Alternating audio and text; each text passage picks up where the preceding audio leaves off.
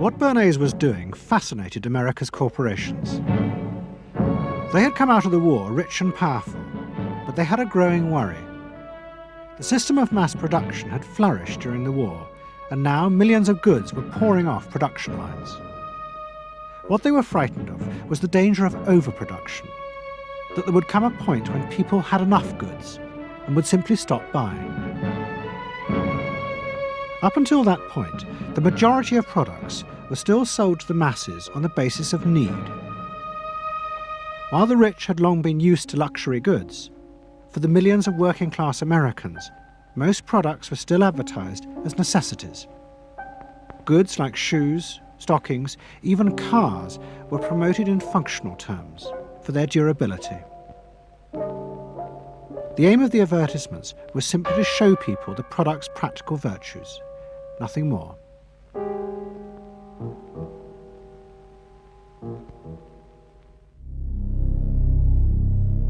What the corporations realized they had to do was transform the way the majority of Americans thought about products.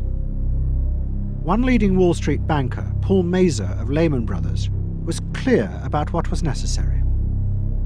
"We must shift America," he wrote, "from a needs to a desires culture. People must be trained to desire, to want new things even before the old have been entirely consumed. We must shape a new mentality in America.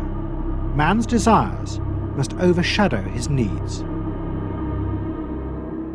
Prior to that time, there was no American consumer. There was the American worker, and there was the American owner, and they manufactured and they saved and they ate what they had to, and the people shopped for what they needed. And while the very rich may have bought things they didn't need, most people did not. And Mazur envisioned a break with that, where you would have things that you didn't actually need, but you wanted, as opposed to needed. And the man who would be at the center of changing that mentality for the corporations was Edward Bernays.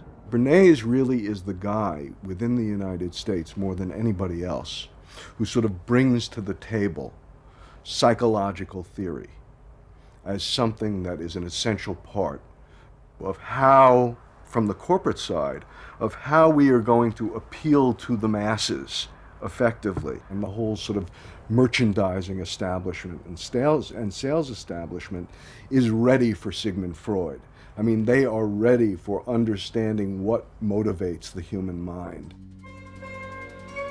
And so that there's this real openness to Bernays' techniques being used to sell products to the masses. Beginning in the early 20s, the New York banks funded the creation of chains of department stores across America. They were to be the outlets for the mass-produced goods, and Bernays' job was to produce the new type of customer. Bernays began to create many of the techniques of mass consumer persuasion that we now live with. He was employed by William Randolph Hearst to promote his new women's magazines, and Bernays glamorized them by placing articles and advertisements that linked products made by others of his clients to famous film stars like Clara Bow, who was also his client.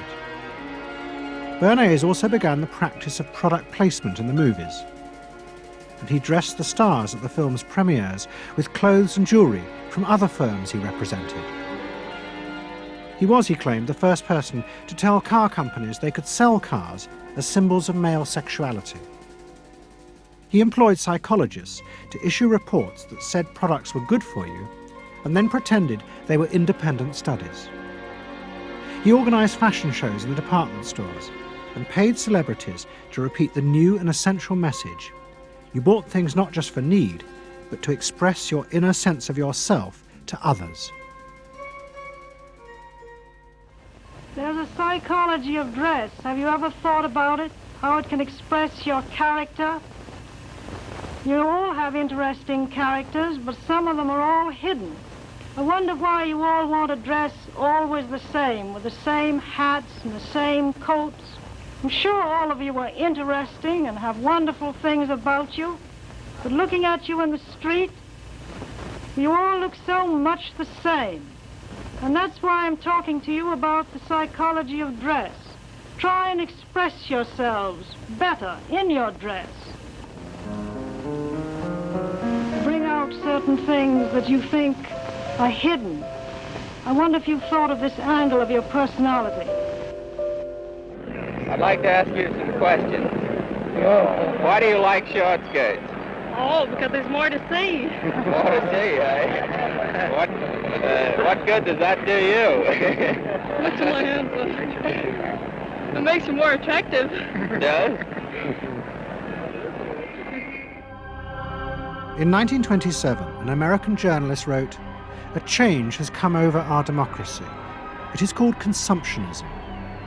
The American citizen's first importance to his country is now no longer that of citizen, but that of consumer."